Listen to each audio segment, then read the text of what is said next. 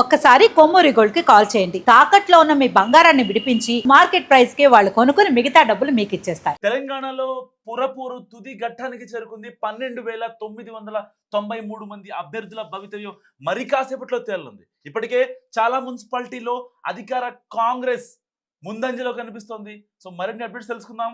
మా input editor Karthik add అయ్యారు. కార్తీక్ గారు, అసలు అప్డేట్స్ ఏంటి? ముందుగా అనుకున్నట్టే మనోజ్, తెలంగాణ మున్సిపల్ కార్పొరేషన్ ఎన్నికల్లో అధికార పార్టీగా ఉన్నటువంటి కాంగ్రెస్ తన ఆధిక్యాన్ని చూపుకోగలుగుతుంది. మనందరం కూడా అంచనా వేసాం, మేము కూడా సర్వే చెప్పేటువంటి ప్రయత్నం చేసాం. ఆ సర్వే ప్రకారమే తెలంగాణ వ్యాప్తంగా కూడా ప్రధానంగా ఖమ్మం, నల్గొండ, దక్షిణ తెలంగాణలో కాంగ్రెస్ తన ఆధిక్యాన్ని చాలా క్లియర్గా చూపించుకోగలుగుతుంది. అది మాత్రమే కాకుండా రేవంత్ రెడ్డి గారి సొంత జిల్లా మహబూబ్నగర్లో కూడా కాంగ్రెస్ తన ప్రాబల్యాన్ని చాటుకోగలుగుతుంది. మెదక్ జిల్లాలో బీఆర్ఎస్ తన పర్ఫార్మెన్స్ చూపించుకుంటుంది. అది మాత్రమే కాకుండా నిజామాబాదు, కరీంనగరు, ఆదిలాబాదు ఇలా 10 చోట్ల కొంత పోటీని బీఆర్ఎస్ వైపు నుంచి, బీజేపీ వైపు నుంచి కాంగ్రెస్ ఎదుర్కొంటా ఉంది. అదే క్రమంలో కార్పొరేషన్లు 7 కార్పొరేషన్లకి ఎన్నికల ఫలితాలు వెలువడుతూ ఉన్నాయి. 7 కార్పొరేషన్ ఫలితాల్లో కూడా మన క్లియర్గా ఇప్పటివరకు పోస్టల్ బ్యాలెట్ ఫలితాలు బయటకు వచ్చాయి. ఈ పోస్టల్ బ్యాలెట్ ఫలితాల్లో నిజామాబాదు కార్పొరేషన్ ఫలితాలు బీజేపీకి క్లియర్ కట్ ఆధిక్యం మనకు కనపడతా ఉంది.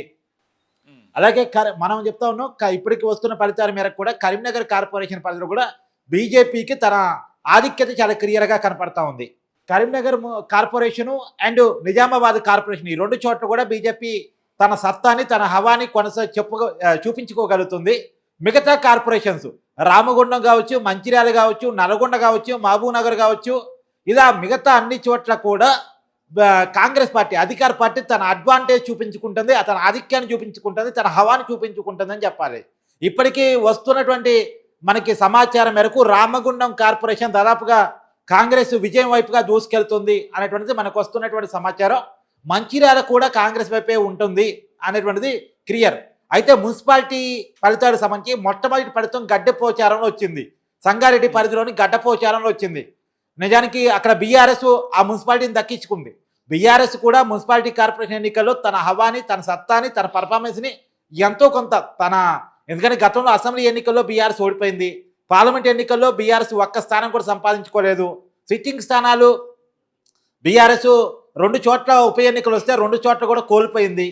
బీఆర్ఎస్కు ఉన్నటువంటి 10 మంది ఎమ్మెల్యేలు కూడా పార్టీ మారిన పరిస్థితి. ఇలాంటి నెగిటివ్ సిచ్యువేషన్ నుంచి కొంత పాజిటివ్ వైపు, కొంత పురోగతి వైపు బీఆర్ఎస్ ప్రయాణం సాగుతుందని చెప్పాలి. కొంత తన పర్ఫార్మెన్స్ని మెరుగు చేసుకోగలిగింది. కొన్ని జిల్లాల్లో, మెదక్ జిల్లాలో బీఆర్ఎస్ తన పర్ఫార్మెన్స్ని మెరుగు అంటే ఉమ్మడి మెదక్ జిల్లా పరిధి నేను చెప్తున్నాను. ఇప్పుడు సంగారెడ్డి పరిధిలోని గడ్డపోచారంలో బీఆర్ఎస్ మున్సిపాలిటీని గెలిచింది. అక్కడ మొత్తంగా 14 వార్డులు బీఆర్ఎస్ గెలిస్తే కేవలం కాంగ్రెస్ 3 వార్డులు మాత్రమే గెలిచింది. ఒక ఇండిపెండెంట్ ఒక వార్డు గెలిచారు. సో ఎవరితో సంబంధం లేకుండా బీఆర్ఎస్ ఆ మున్సిపాలిటీని కైవసం చేసుకుంది. తొలి మున్సిపాలిటీ అని చెప్పాలి. సో చాలా క్లియర్గా మొత్తం తెలంగాణ చూసినప్పుడు కాంగ్రెస్ పార్టీకి అడ్వాంటేజ్ కనపడుతుంది. కానీ ఇక్కడ మనం చూడాల్సింది ఏంటంటే బీఆర్ఎస్ పురోగతి కూడా కనపడుతుంది.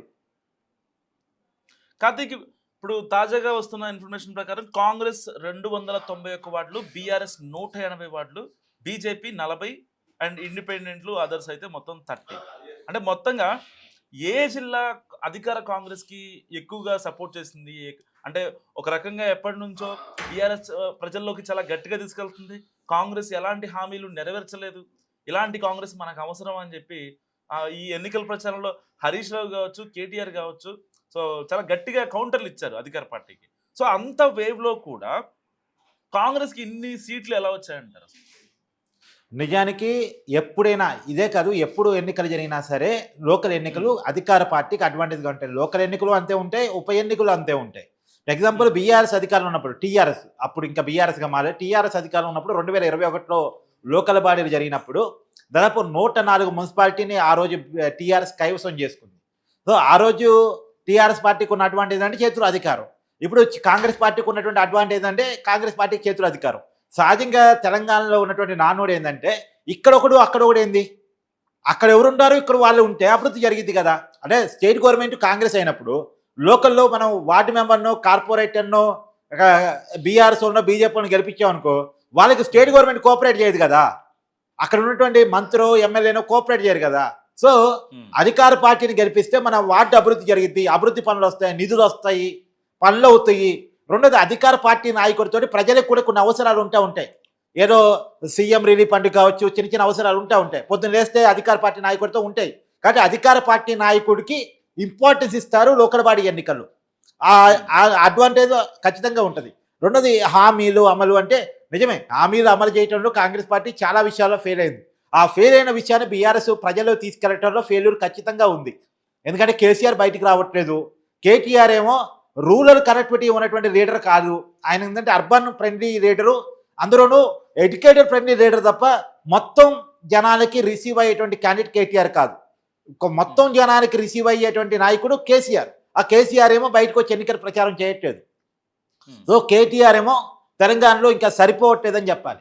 సో బీఆర్ఎస్ అయినా సరే కేటీఆర్ కింద మీద పడ్డాడు, ఎంతో కొంత పర్ఫార్మెన్స్ చూపించుకోగలిగాడు. నువ్వు చెప్తున్న దాని ప్రకారం కూడా 290 కాంగ్రెస్కి వస్తే 180 బీఆర్ఎస్కి వచ్చాయి. అంటే బీఆర్ఎస్ గతం మీద పోలిస్తే, అంటే అసెంబ్లీ ఎన్నికలు, పార్లమెంట్ ఎన్నికలు, ఉప ఎన్నికలతో పోలిస్తే మన గ్రామ పంచాయతీ ఎన్నికల్లో కావచ్చు, ఇప్పుడు మున్సిపాలిటీ ఎన్నికల్లో కావచ్చు, తన పర్ఫార్మెన్స్ని మెరుగు చేసుకోగలిగిందని చెప్పుకోవాలి ఇక్కడ మనం. అందులో నువ్వు ఇందాక అడిగావు ఏ జిల్లాల పరిధిలో ఎలా ఉంది అంటే, దక్షిణ తెలంగాణ అంటే ఖమ్మం, నల్గొండ వస్తే దాని పక్కన ఉన్నటువంటి వరంగల్ జిల్లాలో కూడా కాంగ్రెస్ తన ఆధిక్యాన్ని చాటుకోగలుగుతుంది. ఉత్తర తెలంగాణ అంటే ఆదిలాబాదు, నిజామాబాదు, కరీంనగర్, ఇక్కడ మాత్రం కొంత కాంగ్రెస్ పోటీని ఎదుర్కొంటుంది. కాంగ్రెస్దే ఆధిక్యం కాదన్నది కాదు, కానీ కాంగ్రెస్ తన పోటీని ఎదుర్కోగలుగుతుంది. ఇక్కడ బీజేపీ పెరుగుతూ ఉంది, బీఆర్ఎస్ కూడా తన ఉనికిని, తన పర్ఫార్మెన్స్ చాటుకోగలుగుతుంది. పైగా ఇక్కడ హైదరాబాద్ శివారు ప్రాంతాలైనటువంటి మెదక్ జిల్లా, రంగారెడ్డి జిల్లా పరిధిలో బీఆర్ఎస్ తన పర్ఫార్మెన్స్ బాగా పెంచుకోగలిగింది. ప్రధానంగా మెదక్ జిల్లా, అంటే ఉమ్మడి జిల్లాల వాడిగా చెప్తాను నేను, ఉమ్మడి జిల్లా మెదక్ జిల్లాలో బీఆర్ఎస్ తన పర్ఫార్మెన్స్ మెరుగ్గా చూపించుకోగలుగుతుంది. ఆ వస్తున్నటువంటి ఫలితాలు నువ్వు చెప్తున్నటువంటి ఆ వార్డులు కూడా ఎక్కువ శాతం మెదక్ జిల్లావే. బీఆర్ఎస్కి వస్తున్నటువంటి వార్డులు కూడా ఎక్కువ మెదక్ జిల్లావే. మెదక్ జిల్లాలో వార్డులు మాత్రమే కాదు, మున్సిపాలిటీనే బీఆర్ఎస్ కైవసం చేసుకుంటా ఉంది మెదక్ జిల్లా వరకు. దానికి కారణం ఇంకోటి ఉంది ఏంటంటే, దానికి ఇంకో కారణం ఉంది. ఉమ్మడి మెదక్ జిల్లా పరిధిలో పటాన్ చెరువు ఎమ్మెల్యే గూడెం మైపార్ రెడ్డి బీఆర్ఎస్ నుంచి గెలిచి కాంగ్రెస్ పార్టీలో జాయిన్ అయ్యారు. జాయిన్ అయ్యి కూడా కాంగ్రెస్ పార్టీ వల్ల నా నియోజకవర్గానికి లాభం జరగలేదు, నా ప్రజలకి లాభం జరగలేదు, నాకు లాభం జరగలేదు అనే కారణం చేత ఈ మున్సిపల్ ఎన్నికల కంటే ముందు తిరిగి మళ్ళీ బీఆర్ఎస్ పార్టీలో చేరుతున్నట్టు ప్రకటించారు. నేను పాత పార్టీకే వెళ్తున్నాను, కాంగ్రెస్ పార్టీ వల్ల నాకు న్యాయం జరగలేదని. ఆ ప్రభావం కూడా ఆ జిల్లాలో ఉంది. నిజామాబాద్లో ఎంఐఎం తుక్కుగా ఓడిపోయింది కార్తీక్. అంటే ఎంఐఎం నిజంగా అంటే ఒక సామాన్య కార్యకర్త కానీ లేకపోతే వీళ్ళు కానీ అంటే ఇప్పటిదాకా వాళ్ళు ఎవరికి సపోర్ట్ ఇస్తారు అనే యాంగిల్లో ఎంఐఎం చూస్తూ ఉంటారు. సో వాళ్ళకు ఉండే పర్టికులర్ ఓట్ బ్యాంక్ వాళ్ళకి ఉంది. సో నిజామాబాద్లో తుక్కుగా ఓడిపోయింది వాళ్ళు పోటీ చేసిన చోట. దీని గురించి చెప్తారు. ఎస్, అంటే నిజానికి వాళ్ళు ప్రభావం చూపించగలిగింది కూడా మొత్తం నిజామాబాద్ జిల్లా అంతా ఏం కాదు. నిజామాబాద్లో కొన్ని మున్సిపాలిటీల వాళ్ళ ప్రభావం ఉంటుంది, అలాగే నిజామాబాద్ కార్పొరేషన్లో వాళ్ళ ప్రభావం ఉంటుంది. నిజామాబాద్ కార్పొరేషన్లో వాళ్ళు ఏ మేరకు పర్ఫార్మెన్స్ చూపించగలరు అనేటువంటిది ఇంకా మొత్తం ఈ కార్పొరేషన్ ఎన్నికల ఫలితాలు వచ్చాక చూడాలి. కానీ ఎంఐఎం ఏం ప్రభావం చూపించిందో తెలియదు, కానీ ఎంఐఎంని చూపెట్టి బీజేపీ మాత్రం బాగా లాభం పొందింది. నిజామాబాద్లో కార్పొరేషన్ బీజేపీ దక్కించుకునేటువంటి అవకాశాలు కనపడుతున్నాయి. అది మాత్రమే కాదు, కరీంనగర్ కార్పొరేషన్లో కూడా పెద్ద పార్టీగా బీజేపీ అవతరించేటువంటి అవకాశాలు చాలా క్లియర్గా కనపడుతున్నాయి. కరీంనగర్ కార్పొరేషన్లోనేమో బీజేపీ పెద్ద పార్టీగా అవతరించబడుతుంది. నిజామాబాద్ కార్పొరేషన్లో కూడా బీజేపీ పెద్ద పార్టీగా అవతరించవచ్చు, అవసరమైతే నిజామాబాద్ కార్పొరేషన్ కూడా గెలుచుకునేటువంటి అవకాశాలు చాలా క్లియర్గా కనపడతాయి. అంటే ఇన్ని జిల్లాల్లో అధికార కాంగ్రెస్ ఇటు బీఆర్ఎస్ చూస్తుంటే నిజామాబాద్ అండ్ కరీంనగర్లో పర్టికులర్గా బీజేపీ ఉండడానికి రీజన్ ఏంటి కార్తీక్? మొన్న నువ్వు అసెంబ్లీ ఎన్నికలు చూడు, పార్లమెంట్ ఎన్నికలు చూడు, నీకు క్లియర్గా ఆదిలాబాదు, కరీంనగర్, నిజామాబాద్లో బీజేపీ పర్ఫార్మెన్స్ బాగా ఉంది. ఆ జిల్లాల మీద బాగా ఫోకస్ చేశారు. ఆ జిల్లాల మీద బాగా ఫోకస్ చేయడానికి ఉన్నటువంటి కారణం కూడా అక్కడ బలమైన నాయకత్వం ఉన్నారు. ఇప్పుడు ఎగ్జాంపుల్ కరీంనగర్ జిల్లాలో బండి సంజయ్ అన్ని తానే నిర్వహిస్తున్నారు. సరే, వర్గాలు ఉన్నప్పటికీ ఈటెల రాజేందర్ కూడా చాలా పెద్ద నాయకుడు. సో ఈటెల రాజేందర్ ప్రభావం, ప్రధానంగా బండి సంజయ్ ప్రభావం కరీంనగర్ జిల్లాలో చాలా క్లియర్గా కనపడుతుంది. ఇప్పుడు కరీంనగర్ కార్పొరేషన్ కోసం బండి సంజయ్ అన్ని తానే వ్యవహరించాడు. తర్వాత నిజామాబాద్ జిల్లాకు వచ్చేసరికి ధర్మపూర్ అరవింద్, ఆ ధర్మపూర్ అరవింద్ కూడా చాలా హార్డ్ కోర్ హిందుత్వవాది. అతను బీజేపీకి గట్టి వాయిస్ ఉన్నటువంటి వ్యక్తి. సో అతనితో పాటు కొంతమంది నాయకులు, రాకేష్ రెడ్డి కావచ్చు, ఇలాంటి కొంతమంది నాయకులు ఎవరైతే ఉన్నారో బలమైన నాయకత్వం ఉండటం అనేటువంటిది ఆ జిల్లాలో బీజేపీ పెరగడానికి కారణమవుతుంది. అలాగే అది మాత్రమే కాకుండా ఆదిలాబాద్ జిల్లాలో మహేశ్వర్ రెడ్డి వాళ్ళ పార్టీ శాసనసభ పక్ష నాయకుడు కూడా. సో అతను కూడా బలమైన నాయకుడు. అంటే బలమైన నాయకత్వం ఉండటం, వాయిస్ కలిగిన నాయకత్వం ఉండటం, నిజానికి తెలంగాణ వ్యాప్తంగా కూడా బీజేపీకి సానుకూల అవకాశాలు ఉన్నప్పటికీ ఉపయోగించగలిగే నాయకత్వం ఉన్న చోటేమో అడ్వాంటేజ్ ఉంటుంది, ఉపయోగించుకోగలిగే నాయకత్వం లేని చోటేమో డిసడ్వాంటేజ్ అవుతుంది.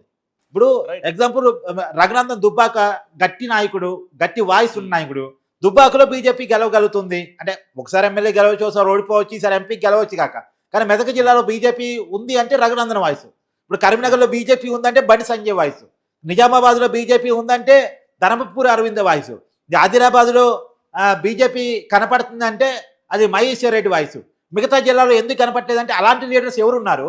అలాంటి లీడర్స్ని తయారు చేసుకోవడంలో, నిర్మాణం చేసుకోవడంలో, పార్టీ పర్ఫార్మెన్స్ని పెంచుకోవడంలో బీజేపీ కొంత ఫెయిల్ అవుతుంది. రైట్ కార్తిక్, మరిన్ని ఎపిసోడ్స్ మీ ముందుకు వస్తాం. ఇప్పటిదాకా మున్సిపల్ ఎన్నికల ఫలితాల గురించి మీరేమనుకుంటున్నారు కామెంట్ చేయండి.